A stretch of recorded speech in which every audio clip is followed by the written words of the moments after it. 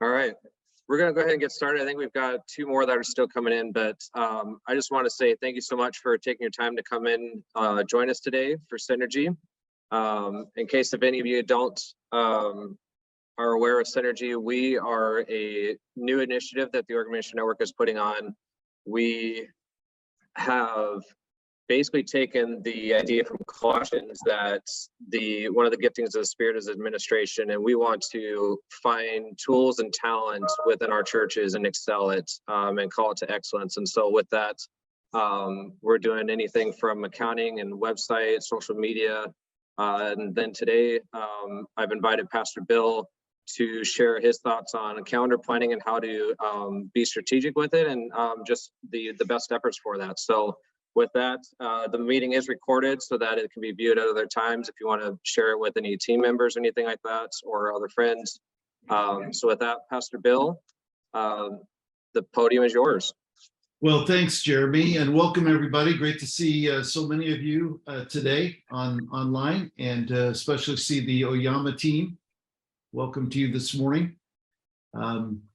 Let's have a word of prayer. Father, we pray today that as we talk about calendar planning and timing and scheduling, that you would give us insight and helpful tools that will help us to be servants that honor you and use our time wisely. We pray in Jesus' name. Amen. Amen. Well, great to see all of you. Some of you I get to watch online from time to time. Curtis, I see you frequently, and look forward to getting to Vail this next year once again. Sorry I wasn't with you this last week, but we'll look forward to it. And I can talk about each of you, but I would like to just say a word about Jeremy Anderson and his assistance in fulfilling a dream, and that dream is to better equip our leaders and pastors and those in ministry so that they can be healthy and fulfill what God's called them to do. And so thank you, Jeremy, for the effort. And it's not only these kinds of encounters and recorded messages and insights, but all of the other effort that Synergy is providing our churches across the state of Oregon. It's a new effort, and Jeremy's at the helm, and we thank him for his work. He and I talked a little bit, and he asked if I would just take some time to discuss calendar planning and time management. And this is probably a good time of the year to do that because we're kind of coming to the end of the year. You're looking back, you're thinking of the things that perhaps you have accomplished, and some things, if you're like I am, you wished, oh, I wish I would have had more time or given more energy to this. So I'm going to share out of my own experience and some things that I picked up along the way. In 1969, I went to college, which my kids think was back before World War II, but it actually wasn't. And what I discovered very quickly was that I was probably not a very good manager of my time and my schedule. I kind of took things as they came. I never thought beyond the day that was in front of me, which was very painful when it came time for examinations and papers that were due, last minute kind of things. And I really had to make some heart-searching adjustments. That became even more real when I was actually asked to become a youth pastor in a local church. I grew up in a church where we didn't have a youth pastor, and my dad was the pastor, but we had volunteers. And we would just show up and hope everything was good. We would complain if it didn't go well, and we would be excited if it did. Now, all of a sudden, I am a youth pastor, and I still remember the first day in my office, in the office they gave me. It was on the third floor of the church complex. It had a metal desk, which was an Army surplus desk. There was an overhead light that looked like an old school light, and a bookshelf that could probably handle about 10 or 12 books. I only had 3. So I sat down with my pad of paper like I have today, and I thought, okay, now what am I supposed to do? I have a title, I have an office, I'm a youth pastor, and I'm not real sure what I'm to accomplish. And I began at that time realizing the value of writing down some plans that would help me achieve what I was required to do. And I have to say, early on, it was survival mode. It was writing down what I needed to do in the next day or two, and having to get into a responsible position of planning ahead. A few failures, and I've had many, proved that if I was not preparing myself ahead of time, that things would not go well. And I'll give you one example. It was a terrible, terrible thing that happened. So I'm in this church. I've been youth pastor for a short time. One of the things that I thought we should do is take all the students to the snow up in Northern California for a snow day. I didn't calculate how many hours it would take to get there. I didn't calculate how much it would cost to get the students into the park. However, I felt real good about it because I found a minister who had a bus, like a Greyhound bus, a full-size bus with air conditioning and all that stuff. And so I talked to him briefly. I didn't take note of what he said to me. He told me that he was trying to sell the bus. So on the day before we're supposed to go on the snow trip with about 25 or 30 students, he called me to tell me he sold the bus. So then I had to appeal to people in the church. Well, what I didn't realize is if I asked somebody to drive 6 students, how many cars is that going to take? Number one. Number two, how much is it going to cost for fuel? And when we get to the park, you have to pay per person. Where's that money going to come from? And I did not lose my job. I'm grateful for that. But I did realize that planning ahead and using your time wisely and thinking through things will help you in the future. So that was one of the painful experiences early on. But you're not here to hear about my painful experiences or even my successes. But I would like to just say that your time, your schedule is a gift from God. You have 168 hours a week. You have 672 hours a month. You have 8,736 hours annually to use. And it's a gift from God. And we want to use that gift wisely as leaders. So each of you in your setting, whatever it might be, whether you're bivocational or co-vocational, which means that you've intentionally work in addition to whatever assignments you might have in a local church, or you're a lead pastor with a large team, or you're the only person on the team. What I'll share with you, I think will be helpful for all of us and may even take you into a new level of responsibility, time management. These are things that I've learned over time. A friend of mine by the name of Dr. James Bradford made this quote in a presentation that I was at. He said, "Time is like money. It needs to be managed if it is to be leveraged. Time is like money. It needs to be managed if it is to be leveraged." That's Dr. James Bradford. He was an executive leader in the Assemblies of God, now pastors a local church there in Springfield, Missouri. In other words, whatever amount of money you have in your wallet or however you manage your money, if you want to use it to the best of your ability. And time is the same thing, and it's very, very valuable. It goes very, very quickly. Psalm 90 and verse 12. Psalm 90 and verse 12. "Teach us to number our days, that we may gain a heart of wisdom." Teach us to number our days, that we may gain a heart of wisdom.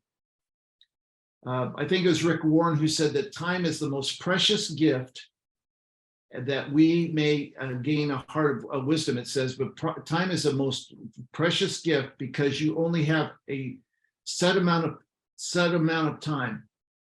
Every day on my phone, I get news alerts that somebody died. And sometimes I'm quite shocked at how young they were, realizing that their amount of time was very narrow. On the other hand, I have conducted funerals for people who've lived, several by the way, who've lived over 100 years old. And it's impressive, especially when they're still running marathons at 85 and very active in teaching a class at 90, writing blogs, all these things. I'm so impressed by that. And when they come to the end of their race, the question we say is, what did you do between the time you were born and the time you died? Or between the time that you came from dust and you went back to dust? So that's really what we're talking about today. Here, one more scripture I'll give you, and I think it's very meaningful here. It's found in Ephesians chapter 5, verses 15 through 16. So I'll let you read the context of Ephesians 5, 15 through 16, but it says this: so then be careful how you live. So you'll have to go back and read the previous section there of what he's talking about. But Paul says we need to be careful how we live, and then do not be unwise, but wise. And then one version says it this way: make the best use of your time. In other words, if each of us here around this on this call today or watching, we recognize that we want to use the best of our time. So here's some things I've learned that will be of help.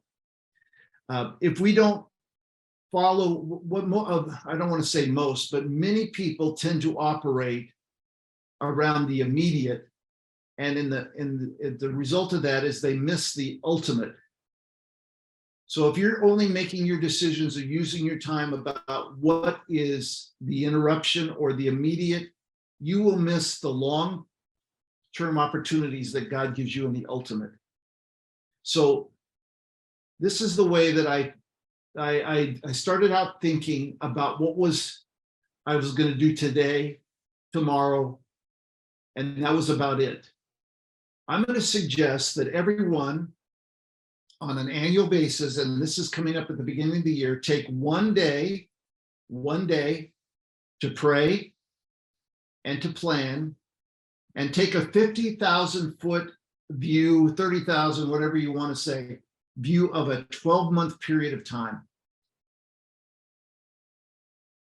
And establish what your top priorities are going to be. Now, when I first was in one-on-one coaching, my coach used to ask me to set up like 7 or 8 goals, and then under those goals, all these action. It just became overwhelming. And what happened is I don't think I was very successful early on, but I would just suggest that you identify what are 3 things that you would like to accomplish in the next 12 months, professionally as a leader and personally.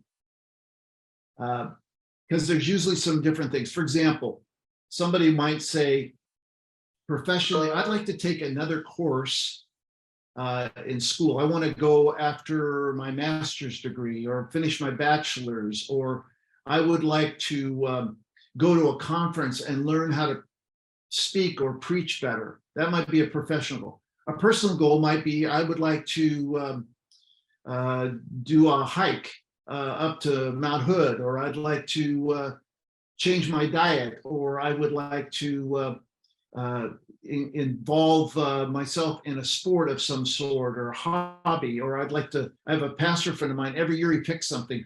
And one year was he needed to learn how to cook. So he made a big deal about how to cook. The next year was he was going to learn how to work on his car. So he bought these tools and he made a big deal about that. So that was a personal goal. It had nothing really to do with his profession. But I want to suggest that you do that at the beginning of the year. You establish some goals, 3 professional priorities and 3 personal priorities. Now, once you do that, I want to suggest that you start at the end and not at the beginning. Go forward 12 months. So 12 months from today, December of 2023. What is going to happen in December that's important to you in those priorities? Now, if you're a pastor, you're probably thinking Christmas 2023. If you're a youth pastor, caroling 2023, winter camp, whatever it might be, you put that on and you work at a 30,000 foot level with your calendar for 1 full year. Does that make sense? And there's going to be some Q&A here, by the way, if I'm missing something that you're not catching. Then I'm going to suggest We're talking about time management. Once you have the full next 12 months put together, I'm going to suggest to you ask yourself this question. What is happening 12 months from now that I should be working on now? And you might say, well, I need to, for example, for me, I might need to plan some connection with a group of leaders like our presbytery. So next year in December, we'll have a presbytery's meeting. And I need to have that at least on the calendar and have some general idea so I can communicate with our leaders ahead of time. Or I might not have anything that I should be doing right now that has anything to do with 12 months from now, but I at least have it on a calendar. So rather than working from a single day or 2 days in advance, I'm suggesting that in this planning, you get your priorities and then you look at the big calendar for 12 months and you put those on the calendar and then you begin to evaluate. Does this make sense now? You begin to evaluate, what do I need to be working on that is going to happen 12 months from now? It may be nothing, but that if it is something, then you need to write that down. So, for example, in our role at the network level, we have to be working at least a year out for speakers, locations. Right now, we're working on securing locations for later in the year, but we have, prior to that, already put things on the calendar so we know where they fit. And then we have to start thinking in terms of, do we need to prepare for that? So, for example, if you are going to take a group of leaders or a group of people on a missions trip, you cannot plan that 3 weeks in advance. There are lots of dimensions. And in fact, Pastor Lee McLeod just returned from Cuba. There was a lot of hurdles to jump over. That was something that was worked on for some time. So let's back up here just for a moment and suggest that when it comes to time management, having a big picture is really important, number one. And that big picture should be based on the top priorities of your life and your personal and professional priorities. Now, some of those priorities may be given to you because of your position. You didn't sign up for them. You didn't volunteer for them. You were volunteered. Or let's just take Pastor Demetrius. He knows that he's going to be preaching over the next year, right? So for him, he may want to take a few Sundays off, but he's going to have to plan that to make sure that somebody's prepared in advance. And for him, there are some things, Demetrius, that you do as a pastor that you really aren't on your top list, but you do them because that's your responsibility. And so I'm going to suggest to you that you keep that in mind, but you're operating in this time management based on a plan, a map, a roadmap for where you're going, rather than just say, I'm going to just do this and hopefully it'll work out. So now that we have that big picture is where we begin to move into some things that I think will help you on a regular basis. You have the 12-month period. You're looking at establishing a to-do list that has to do with 12 months working backwards. You may come back and say, there's nothing that I need to do for Christmas 2023 right now. There's nothing that I need to do for me for Summit in this next short amount of time this month.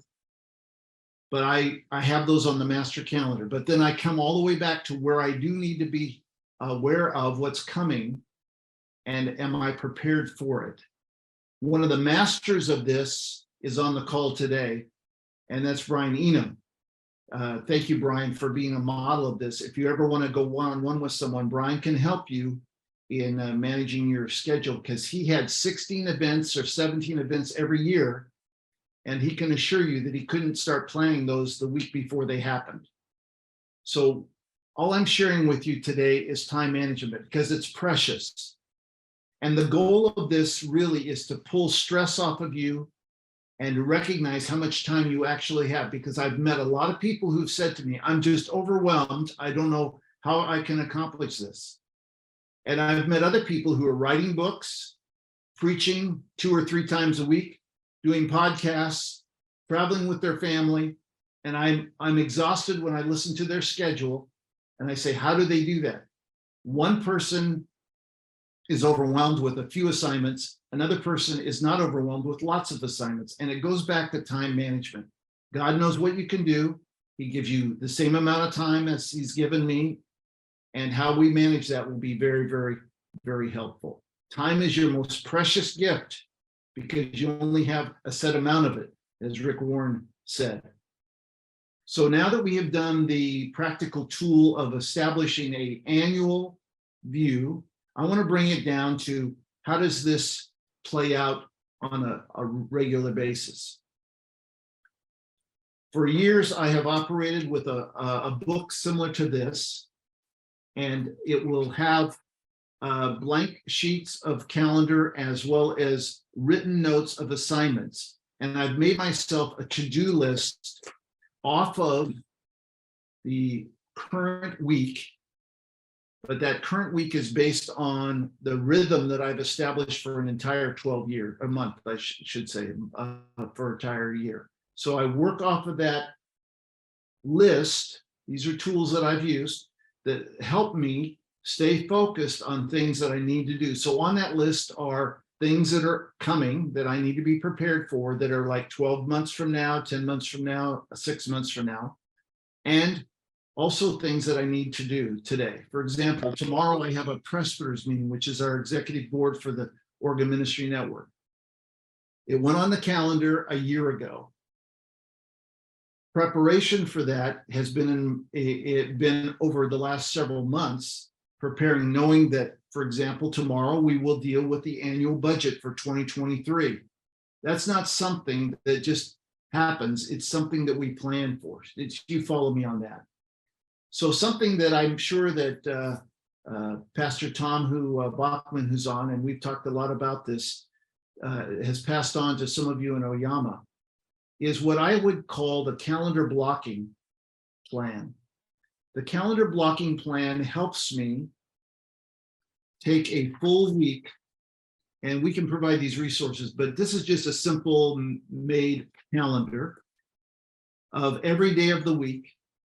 And I now take my priorities and my 12-month, and I put into my calendar blocking sheet a schedule. And I began to realize what I need to do to create a weekly rhythm for my life so that I can use every amount of time, every minute of time properly. Have you ever said to yourself, wow, that went fast? Maybe not this call, but there have been moments when you think, wow, the day's already over. What did I accomplish? And I have met many people who have found that to be a problem for them, especially if you have several assignments in one week. How can I get it all done? So I'll give you some examples. I had a pastor who I coached, I should say, from Louisiana. He had 4 children. He's a pastor of a local church. He has a lot of assignments. He doesn't have a big staff, so he's doing a lot of the ministry himself. 4 children. And one thing he said to me is, I don't ever have time for my kids. And so I said to him, well, how could we fix that? He said, I probably should write that into my calendar. That's a priority for my life. So we created a weekly calendar like this, which includes devotions, time to get up in the morning. You probably should get up before you have devotions. Get up, devotions, eating, some travel time, correspondence, email responses, schedule, and all those things. And we went through that. And I said, I want you to put an ideal week together. And I'm going to suggest everybody do this, by the way, is try this as an experiment for 1 week. and put everything that you feel you need to do. So if on Tuesdays you're in class or you're preparing for a midweek Bible study or a small group, on Wednesday you have a group that you meet with, you write that all in, and then take a look at it and ask yourself, what do I think? So I had a pastor friend, by the way, with this friend that I from Louisiana. I noticed that on his Thursdays, he had a block of time that was open. And I said to him, I said, why don't we put your children's names in these spots?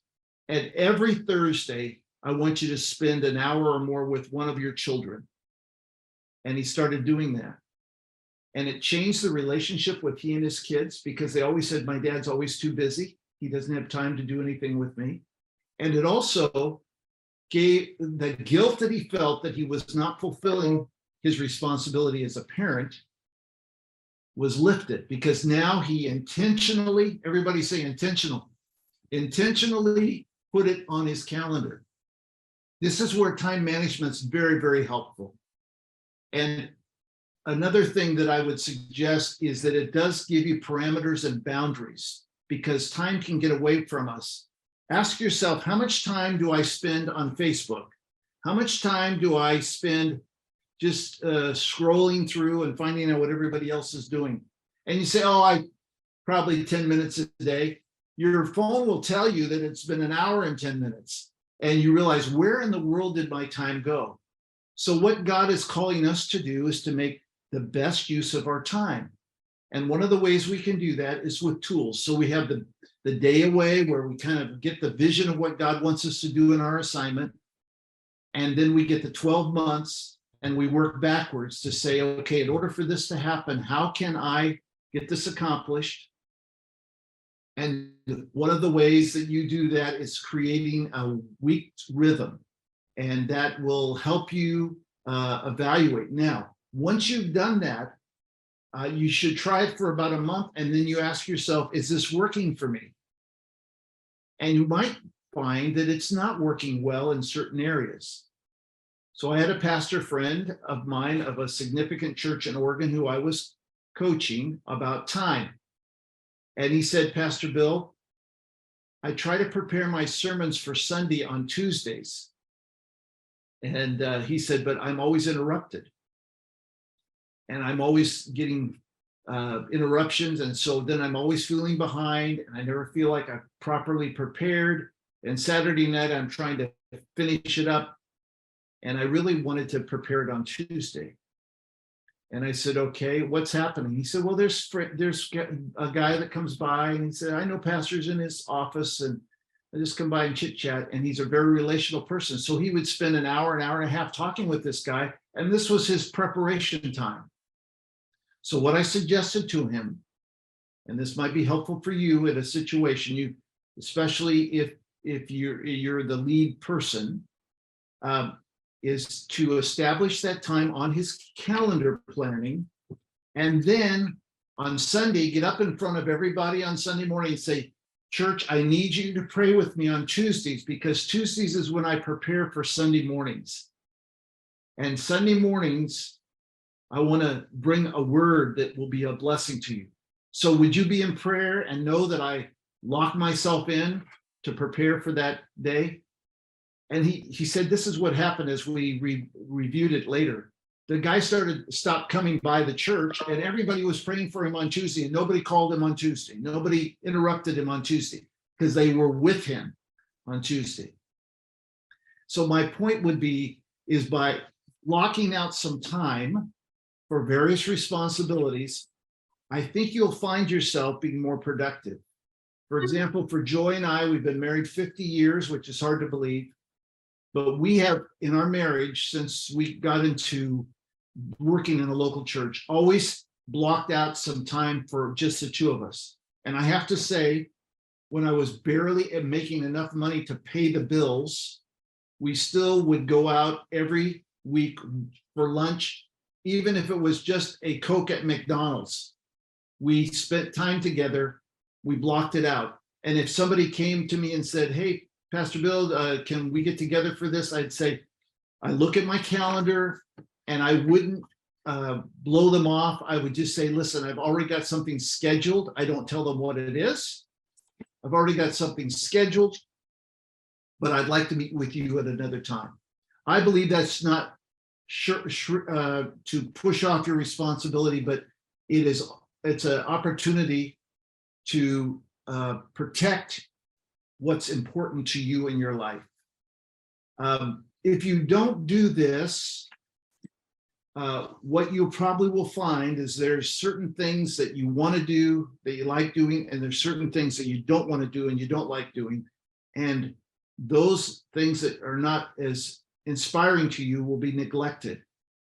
And it could be very serious in your ministry. It could affect the way you communicate or your job performance. On the other side, if you do this, you can insert these things and know that you're still accomplishing them. I was in a very large environment, a large church of about 5,000. I was the executive pastor, and my lead pastor came and asked me to take responsibility for something that I wasn't all that excited about. He said, I need you to oversee all the pastoral counseling. Well, this large church, first of all, I hadn't gone to school to learn how to counsel anybody. I was still trying to counsel myself. So I had to start studying on this. But then what I decided is I would take and time block 2 afternoons a week for pastoral counsel. And I would not allow my whole ministry to be centered around one thing because I had other responsibilities as well. And it worked wonderfully. And I also was able to engage some other professional counselors that I could use when certain situations demanded that. That saved my bacon. If I would have said to my senior pastor, hey, that's not my style, that's not my gift, I probably would have not had a job. I had to accept a responsibility I wasn't really crazy about, but the Lord taught me a lot, and I look back now and see how that responsibility prepared me. Time management allows you to go a lot further than you ever dreamed you would go. It allows you to deal with interruptions and not lose focus. It allows you to accomplish more in a shorter amount of time.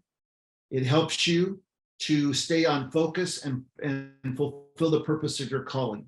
So I want to encourage you to use the ideal week.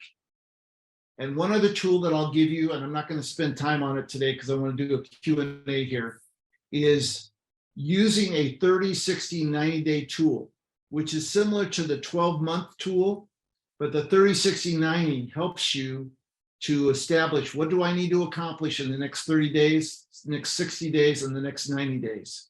And when you come to the end of the 30 days, you add on the next 90 days. And I have found that is a huge help to me in fulfilling what I saw was the big picture that God had called me to do. That got me to start thinking in terms of laying out sermon series, making sure I had announced and on the calendar board meetings. I've met some board members who say we never have board meetings, and when we have them, we don't know when they're going to be. I could solve that for you quickly. Do a 12-month plan, put them on the calendar, and if you have team members, people will rally around those dates and know that, hey, I got to be here for that. And if you're trying to build a team, for example, with youth ministry, I would establish a 12-month plan. I would use the weekly schedule, and I would add to it a 30, 60, 90 plan, which would help me stay on course because communication builds confidence and commitment. Without it, you will not be able to accomplish what you were intended to accomplish. People who build great teams are good communicators, and they're basically using their time wisely. And those who aren't, don't use their time wisely. So everyone on this call are exceptional champions in my view. Let's use the time that God's given us. Now, there's more I could say, but I think our time is coming to a close here. So I'd just like to open it up. Did anything resonate with you, or did it cause you to have a question that maybe I stirred up?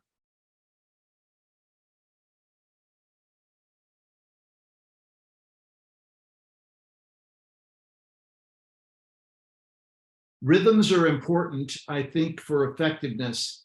And I think that that we live in a time where relationships are more important probably than structure for most people. But I would say that relationships can be enhanced if you'll use your time wisely. And you will not live in frustration, but you'll feel like you are actually accomplishing what God's called you to do. Brian, you're an expert in this area. Anything that you would want to add or question that you had?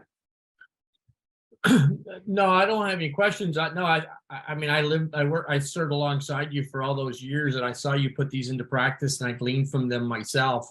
I think they're all really wise. I mean, that ideal week has served me well that you mentioned. I might just add, and you just kind of said on there about rhythms. I think as you're planning your ideal week, it's also important to consider your energy rhythms, kind of like your sweet spot of energies. When you feel best, when you feel best, or when you have the most energy, you probably want to be doing the things that are most important to you and most important to the ministry that you're leading, and the things that are less important, you might find yourself doing when you have medium energy or low energy. I found that to be very helpful to me. Right. Good. And let me just respond to that. I think that's a great point, is that there are some tasks that we have that are not very inspiring, and they may not even take a lot of energy. So like even the way you respond to emails, some of us by personality, as soon as an email comes up or some contact, we feel like we need to respond. I think sometimes giving yourself space in your ideal week and say, okay, I'm going to do that at a certain hour. And I know that there is something about immediate responses, but that's where, again, if we're operating simply on the immediate, we might miss the ultimate. In other words, what I mean by that is God has this big plan of opportunity, but we're so focused on just the small piece or the immediate that we're distracted. And it happens in this office frequently, is that you'll be in the middle of something and there may be a tendency or a temptation to break away to do something that is not quite as important, but it seems to be immediate. So rhythms are important. That's why I choose when I have meetings with the team, because I don't want to take them away from their most productive time. I would rather to have them during a time where it's not going to affect their productivity. This is why I don't have long board meetings, because I feel that once you have a leadership of a board, there's a cutoff time when people start checking out or making poor decisions. So learning all of those kinds of things will help you be a better leader for yourself and for those you lead. So Pastor Bill, what is your, how do you balance the use of paper calendars and digital? A very good question. That was a hard shift for me because I was paper driven for a long time. I do rely upon my digital calendar, and I use that more frequently. However, I still use the book for in fact, I have one sitting right in front of me of the assignments or the meetings that I'm having this particular week. Got the big picture already on the electronic calendar in my phone and my iPad. But I use this check off. Now there are other forms. I think you find the one that works best for you. But for me, having it written down and checking it off, that's a real win. I mean, when I check something off, I'm so excited, I got it done. Mm-hmm. And there are times, there are some weeks, Pastor, that it's can be a little overwhelming. You've got a funeral, you got a wedding, you've got to prepare 2 presentations or sermons, and plus you have, in some environments, have other responsibilities that you have to go to. I just found that using the paper helps me. It works best for me, but electronically. So I used to carry a calendar in my pocket. Now I carry my phone. And actually the phone is probably more efficient. Mm-hmm. I think you decide what works best for you. And generationally, those that are in Oyama, that I see you have paper in front of you, but probably electronically, that's one way you operate. I just think figure out what works best for you, but this management of time on this sheet here, I feel could be done on your computer, but you've got to be willing to not just do the assignment, but to follow through and let it be a guide for you. And I think you'll get more out of it. I've got about 2 minutes left, Jeremy, before I go into interviews with credential candidates. So I'm looking forward to that today, but hopefully this has been helpful. If there's resources, Jeremy, maybe we could make available this sheet online. Yeah, we can, and so all of you know, we will send this recording and then any of the outlines or sheets that Pastor Bill has. If we have, I see Oyama keeps wanting to ask a question. If you guys have a quick question, Pastor Bill's got 1 minute left. But this recording will go out to all of you guys and we'll have a follow-up email and then it'll also be available. If you can check out oregonag.org/synergy, you'll see any past resources that we've had, upcoming webinars this next year. We're planning a social media cohort and having it to where we can dive into building out an entire social media stream. And so that's something to look forward to this next year, and make sure you subscribe to the Synergy as well. Oyama, if you guys have 1 minute, one quick question, and then we'll wrap this up.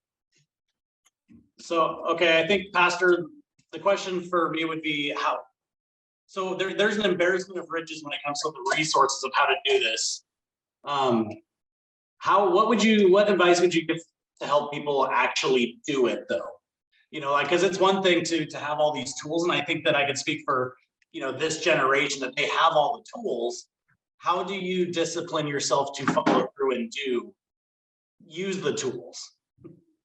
Well, one thing, and thanks for the good question. I think that's true. Some of us are probably more disciplined than others. And like I mentioned early on in my life, I was not very disciplined at all in this kind of thing. I was on time for assignments and jobs and so on. But as far as following through with the rhythm and using my time wisely, I think back of how much time I probably wasted that I could have bettered myself.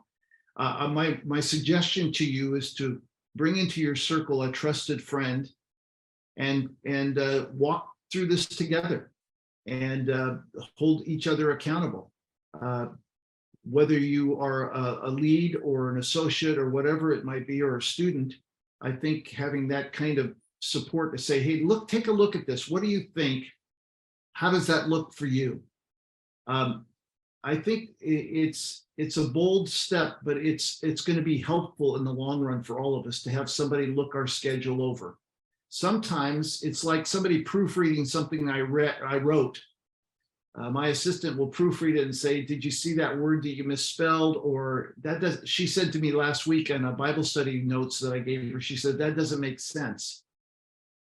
Well, it made sense to me when I wrote it, but then when I read what I wrote, it didn't make sense. So I would say with your timing and your use of time, have somebody hold you accountable and be accountable to somebody.